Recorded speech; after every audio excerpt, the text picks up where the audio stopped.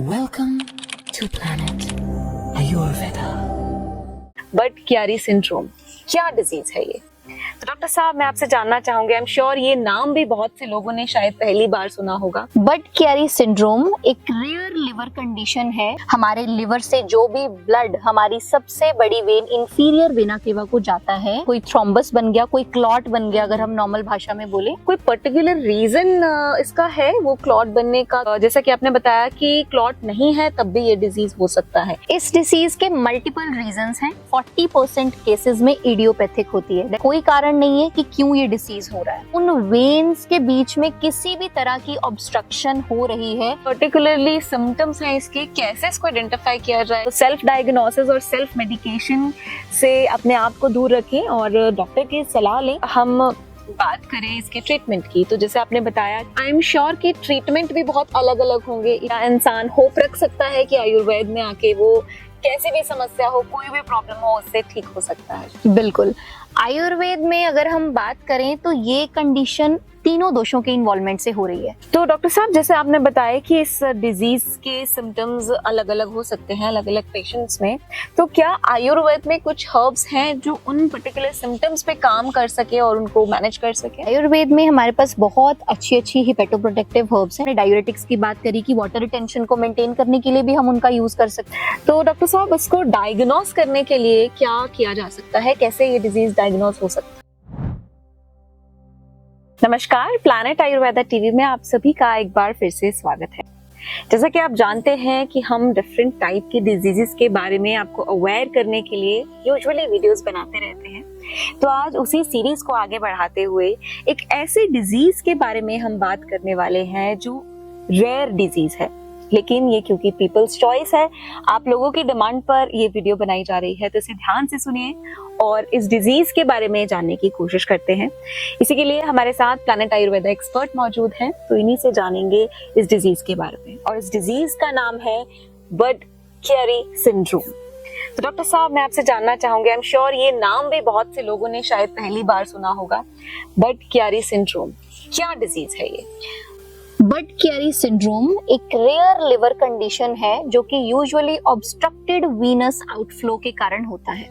हमारे लिवर से जो भी ब्लड हमारी सबसे बड़ी वेन इंफीरियर वेना केवा को जाता है, उसके बीच में, उन वेन्स के बीच में अगर कोई भी ऑब्स्ट्रक्शन हो जाए, देन ये डिसीज जो है वो होती है। और it could be because of the thrombosis, like कोई थ्रोम्बस बन गया, कोई क्लॉट बन गया, अगर हम नॉर्मल भाषा में बोले। और it could B non thrombotic, कि वो बिना किसी क्लॉट के भी हो सकता है। जी। तो कोई पर्टिकुलर रीजन इसका है वो क्लॉट बनने का? तो बहुत सारे डिफरेंट रीजंस हो सकते हैं, और जैसा कि आपने बताया कि क्लॉट नहीं है तब भी ये डिजीज हो सकता है, तो क्या इसका कुछ पर्टिकुलर रीजन है या फिर there could be multiple reasons of it? Yes, इस डिसीज के मल्टीपल रीजंस हैं, क्योंकि ये जो डिसीज है ये 40% केसेस में इडियोपैथिक होती है। That means there is no reason for it, like कोई कारण नहीं है कि क्यों ये डिसीज हो रहा है। एंड कुछ कॉजेस, जैसे कि हमने बात करी कि कोई थ्रोम्बोसिस बनने से, जैसे कि कोई क्लॉट बन गया है आपकी, जैसे हेपेटिक वेन है उसमें कोई क्लॉट है, तो उसकी वजह से ये हो सकता है। और नॉन थ्रोम्बोटिक रीजंस जो हैं, जैसे अगर किसी को लिवर में कोई क्रॉनिक इन्फ्लेमेशन है, या फिर उसके अलावा हम कोई सर्टेन मेडिकेशंस जैसे ओरल कॉन्ट्रासेप्टिव्स हैं वो ले रहे हैं, या फिर उसके अलावा जो है कैंसर, अगर किसी को है, लिवर कैंसर है, उसकी वजह से हो रहा है। सो बेसिकली उन वेन्स के बीच में किसी भी तरह की ऑब्स्ट्रक्शन हो रही है, जिसकी वजह से आपका लिवर जो ब्लड है उसको पहुंचा नहीं पा रहा उस इंफीरियर वेना केवा तक, एंड वो प्योरीफाई नहीं हो पा रहा है, तो ये डिसीज जो है वो होती है। और अगर इसके हम और कारणों की बात करें तो उसमें जैसे कि माइलो बेसिकली प्रोलिफरेटिव सिंड्रोम, जैसे कि पॉलीसाइथीमिया वेरा, ऐसी कंडीशन है, उसके कारण भी जो है वो बट क्यारी सिंड्रोम हो सकता है। और हाइपर कोएगुलेशन डिसऑर्डर्स, बेसिकली जो कंडीशंस जिसकी वजह से कोएगुलेशन हाइपर हो जाता है, मतलब ब्लड क्लॉट के चांसेस बढ़ जाते हैं, कुछ ऐसी कंडीशंस भी होती हैं, तो उसके कारण भी बट क्यारी सिंड्रोम हो सकता है। For example एपला, anti phospholipid antibody syndrome, तो इसमें क्या होता है कि हमारा ब्लड जो है वो क्लॉट करने लग जाता है, हाइपर कोएगुलेशन हो जाती है, तो उसकी वजह से भी ये डिसीज हो सकती है। ओके कुछ पर्टिकुलरली सिम्टम्स हैं इसके, कैसे इसको आइडेंटिफाई किया जाए या कैसे पता लगाया जाए कि इस डिजीज के होने के चांसेस भी हो सकते हैं हमारी बॉडी में? अगर हम इनके सिम्टम्स की बात करें तो ये बहुत ही कॉमन सिम्टम्स जो हमें लिवर के पेशेंट्स में यूजुअली देखने को मिलते हैं, जैसे कि राइट अपर एब्डोमिनल पेन और ascites, oesophageal varices, okay, jaundice, तो ऐसी कंडी, वेरिकोज वेन्स, तो ऐसे सिम्टम्स जो हैं वो देखने को मिलेंगे जी। तो ये जो सिम्टम्स हैं ये हमें यूजुअली लिवर सिरोसिस के पेशेंट्स में भी देखने को मिलते हैं। हिपेटोमेगेली, लिवर में सूजन आ जाना, राइट, तो इन कंडीशंस में ये सिम्टम्स जो हैं वो आपको देखने को मिलेंगे जी, क्योंकि लिवर एसोसिएटेड डिजीज है तो सिम्टम्स काफी सिमिलर हैं लिवर डिसऑर्डर से या लिवर सिरोसिस से या लिवर की और डिजीजेस से।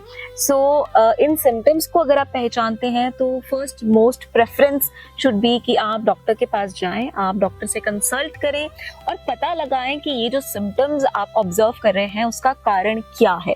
It could be anything. So self diagnosis और सेल्फ मेडिकेशन से अपने आप को दूर रखें और डॉक्टर की सलाह लें ताकि वो प्रॉपर ट्रीटमेंट आपको गाइड कर पाए। और कंसल्टेशन के लिए आप दिए गए नंबर पे कॉल कर सकते हैं, आप हमारा क्लिनिक विजिट कर सकते हैं। अगर विजिट करना आपके लिए पॉसिबल ना हो तो ऑनलाइन कंसल्टेशंस भी अवेलेबल हैं, आप ऑनलाइन डॉक्टर से कंसल्ट कर सकते हैं। तो डॉक्टर साहब, अगर हम बात करें इसके ट्रीटमेंट की, तो जैसे आपने बताया कि इसके कारण बहुत अलग अलग हैं, तो आई एम श्योर कि ट्रीटमेंट भी बहुत अलग अलग होंगे। It will vary from person to person. Yes, जो ट्रीटमेंट है वो भी हर एक पर्सन के अकॉर्डिंग वेरी करेगा। लाइक फॉर एग्जांपल, अगर बट कैरी सिंड्रोम किसी थ्रोम्बोसिस की वजह से हो रहा है तो वी हैव टू वर्क कि हम उस क्लॉट को डिसॉल्व कैसे कर सकते हैं, राइट। अगर वो किसी नॉन थ्रोम्बोटिक रीजन की वजह से हुआ है, कि अगर थ्रोम्बोसिस नहीं है और किसी और वजह से, फॉर एग्जांपल कैंसर की वजह से हेपेटिक वीनस फ्लो जो है वो ऑब्स्ट्रक्ट हो गया है, तो हमें उस कैंसर पे वर्क करना पड़ेगा सो दैट वो उस हेपेटिक वेन पे इतना प्रेशर नहीं डाले कि हमारा जो हेपेटिक ब्लड फ्लो है वो अफेक्ट हो जाए। कुछ पर्टिकुलर एज ग्रुप है जिसमें ये डिजीज ज्यादा मिलता है या किसी भी एज के पेशेंट हो सकता है? ये किसी भी एज के पेशेंट में हो सकता है। एंड जैसे कि हमने बात करी कि ये 1 in a million में होगा, राइट, तो it could happen with anybody. और इसके कारण भी हैं, जैसे कि हमने बात किया कि वो इडियोपैथिक भी हो सकता है, कोई और रीजन हो सकता है, या कोई एसोसिएटेड, अगर किसी को, जैसे हमने बात किया कि कोई एंटी फॉस्फोलिपिड एंटीबॉडी सिंड्रोम है, हाइपर कोएगुलेशन हो रही है, तो उस वजह से भी हो सकता है। तो इट्स नॉट समथिंग कि हाँ ये कोई पर्टिकुलर एज ग्रुप का डिसऑर्डर है या किसमें होगा, कोई लाइफस्टाइल से अफेक्ट हो रहा है या किसी कारण से हो रहा है। No, it is only because of some particular conditions like we have discussed, कि हमने देखा कि इन कंडीशंस की वजह से ये हो सकता है। राइट। सो डॉक्टर साहब, मैं ये जानना चाहूंगी कि आयुर्वेद में क्या इन कंडीशंस का या इन चीज़ों का कुछ सोल्यूशन है? क्या इंसान होप रख सकता है कि आयुर्वेद में आके वो कैसी भी समस्या हो, कोई भी प्रॉब्लम हो, उससे ठीक हो सकता है? बिल्कुल। आयुर्वेद में अगर हम बात करें तो ये कंडीशन तीनों दोषों के इन्वॉल्वमेंट से हो रही है, वात, पित्त एंड कफ, क्योंकि इसके कारण डिफरेंट हैं। तो कौन सा दोष इन्वॉल्व है वो उसके कॉज पे डिपेंड करता है, कि अगर वो थ्रोम्बोसिस की वजह से है तो it could be because of cough, कि हाँ कफ का इन्वॉल्वमेंट है, क्लॉट बन रहा है, राइट, मेटाबॉलिज्म प्रॉपर नहीं है। और अगर हम और किसी कंडीशन की बात करें, जैसे किसी कैंसर की वजह से है, तो उसमें तीनों दोषों इन्वॉल्व होते हैं, राइट। कफ का प्रीडोमिनेंस होता है, लेकिन वात और पित्त का भी है, क्योंकि कैंसर सेल्स बहुत रैपिडली ग्रो करते हैं, राइट, तो उसके लिए वात का इन्वॉल्वमेंट भी जरूरी है। तो it could be because of that. But अगर हम मेजरली बात करें तो ये जो कंडीशन है इसमें तीनों दोषों का इन्वॉल्वमेंट है। और अगर ये किसी लिवर कंडीशन की वजह से हो रहा है, फॉर एग्जांपल सिरोसिस है या कुछ है, तो इसमें पित्त का इन्वॉल्वमेंट भी प्रीडोमिनेटली होगा, लेकिन उसके साथ वात और कफ भी इन्वॉल्व रहेंगे, राइट। जी। तो डॉक्टर साहब, जैसे आपने बताया कि इस डिजीज के सिम्टम्स अलग अलग हो सकते हैं अलग अलग पेशेंट्स में, तो क्या आयुर्वेद में कुछ हर्ब्स हैं जो उन पर्टिकुलर सिम्टम्स पे काम कर सके और उनको मैनेज कर सके? बिल्कुल। आयुर्वेद में हमारे पास बहुत अच्छी अच्छी हिपेटोप्रोटेक्टिव हर्ब्स हैं, जैसे कि ये एक लिवर कंडीशन है, रेयरली होती है। बाकी इसका जो डिटेल्ड ट्रीटमेंट है वो इसके कॉज पे डिपेंड करेगा। बट या अगर हम देखें कि उसके सिम्टम्स के बारे में, तो देयर कुड बी जॉन्डिस। तो जॉन्डिस को मैनेज करने के लिए we have a very good formulation, जो कि यकृत प्लेहांतक चूर्ण है, राइट। तो यकृत प्लेहांतक चूर्ण को आप 1 टीस्पून ट्वाइस अ डे की डोज पे ले सकते हैं, that is very good. And जैसे कि हमने बात की, इसके अलावा इसमें एसाइटिस की दिक्कत भी होती है। तो एसाइटिस को मैनेज करने के लिए we have a very good formulation that is water X tablets. तो वाटर एक्स टैबलेट्स का यूज भी हम कर सकते हैं बिकॉज वो वाटर रिटेंशन को, जो एसाइटिक फ्लूइड एक्यूमुलेट हो रहा है उसको मैनेज करने में हेल्प करेगी। बिकॉज अगर ये एसाइटिस लॉन्ग टर्म चलेगा तो it will lead to renal failure, because ये किडनीज पे ओवरलोड करेगा एंड अल्टीमेटली रीनल फेलियर में पेशेंट जाएगा। तो उस कंडीशन को मैनेज करने के लिए आप उस टाइम पे वाटर एक्स टैबलेट्स का यूज कर सकते हो। उसमें बेसिकली उसके अलावा अगर हम बात करें तो हमारे पास पुनर्नवा है। पुनर्नवा एक बहुत ही अच्छी हर्ब है जो कि one of the best diuretic है। तो पुनर्नवा इज बुहिरेविया डिफ्यूजा। सो उस हर्ब को आप जो है वो यूज कर सकते हैं for managing the water retention. And gokshura is very good which is also known as tribulus terrestris. So इसका भी बहुत अच्छा यूज आप एज अ डायूरेटिक कर सकते हैं और वाटर रिटेंशन को कम कर सकते हैं, राइट।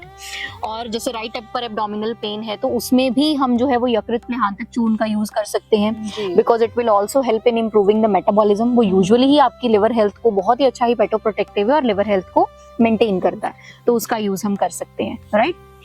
बाकी इसके अलावा इसमें जैसे क्लॉट फॉर्मेशन होती है, जैसे हमने बोला कि ये बड कैरी सिंड्रोम क्लॉट फॉर्मेशन से भी हो सकता है। तो उस केस में हम, हमारे पास नेचुरल जो थ्रोम्बोलिटिक्स हैं जो नेचुरली जो है वो ब्लड क्लॉट को डिसॉल्व करते हैं, जैसे कि अर्जुना है which is known as Terminalia arjuna, उसका यूज किया जा सकता है, राइट।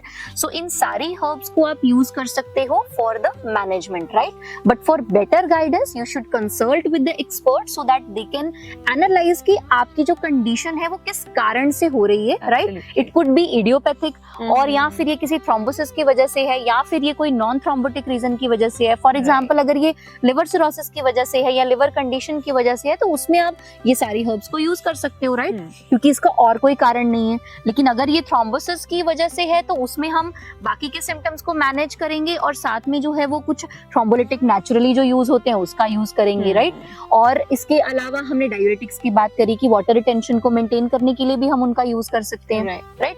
तो उन कंडीशंस में आप उसको यूज कर सकते हैं आयुर्वेदिक हर्ब्स को। They will help you and they will manage the condition very well. तो डॉक्टर साहब, इसको डायग्नोस करने के लिए क्या किया जा सकता है, कैसे ये डिजीज डायग्नोस हो सकता है? ओके, तो इसको डायग्नोस करने के लिए कुछ टेस्ट्स हैं जो बताए गए हैं कि जो आप करवा सकते हो। जैसे अल्ट्रासाउंड आप करवा सकते हैं, एमआरआई आप करवा सकते हैं, राइट। तो वीनस एंजियोग्राफी आप करवा सकते हो, राइट। तो इन कंडीशन से इट कुड बी क्लियर कि हाँ ये बट कैरी सिंड्रोम है या नहीं है। और जैसे कि हमने बात की कि इसके सिम्टम्स में एसाइटिस होता है, राइट। तो एसाइटिक फ्लूइड जब टैपिंग करवाते हैं, पैरासेंटेसिस होता है, तो उस टाइम पे आप उस एसाइटिक फ्लूइड का सैंपल भी जो है फॉर टेस्टिंग भेज सकते हैं, जिसमें यूजुअली आपके प्रोटीन्स की जो वैल्यू है वो 2 ग्राम से ज्यादा आएगी और आपका जो WBC काउंट है it could be less than 500। Moreover आपको इसके साथ साथ अल्ट्रासाउंड में या बाकी जो टेस्ट हमने बात करी MRI है उसमें वो क्लियर हो जाएगा, राइट। बट स्टिल आप जो है ये टेस्ट डायग्नोसिस के लिए करवा सकते हो। एंड मोर ओवर इसके सिम्टम जैसे जॉन्डिस है तो उसके लिए हम लिवर फंक्शन टेस्ट भी करवा सकते हैं, right. But jaundice is not the only symptom, right, क्योंकि जॉन्डिस बहुत सारी कंडीशंस में होता है कि अगर आपको यूजुअली लिवर इन्फेक्शन है उसके कारण भी जॉन्डिस हो सकता है, या फिर आपको लिवर सिरोसिस है उसमें भी जॉन्डिस हो सकता है, राइट। तो इसलिए हम LFT को प्रेफर नहीं करेंगे, बट या अगर किसी में ये सिम्टम है कि उसका जॉन्डिस बड़ा हुआ है, राइट, तो उस केस में हम जो है वो LFT भी करवाएंगे। बट इसके डायग्नोसिस के लिए particularly you should go for ultrasonography and then you can go for MRI scan, so it will be cleared with it. Okay, so thank you doctor साहब इस रेयर डिजीज के बारे में हमें जानकारी देने के लिए, एंड आई एम श्योर आपको भी काफ़ी जानकारी इसके बारे में मिल चुकी होगी। अगर आपके कोई भी क्वेश्चंस हैं तो आप कमेंट बॉक्स में टाइप कर सकते हैं, और साथ ही हमें ये भी ज़रूर बताइएगा कि आप नेक्स्ट कौन से डिजीज के बारे में जानना चाहते हैं और किस चीज़ के बारे में हम नेक्स्ट बात करें। सो कमेंट बॉक्स में आप अपने सजेशंस, अपने फीडबैक लिख सकते हैं। तो फिलहाल के लिए दीजिए इजाजत, अपना ख्याल रखिए, अच्छा डाइट और लाइफस्टाइल फॉलो कीजिए, और कोई भी हेल्थ प्रॉब्लम के लिए we are always here for you. You can contact Planet Ayurveda.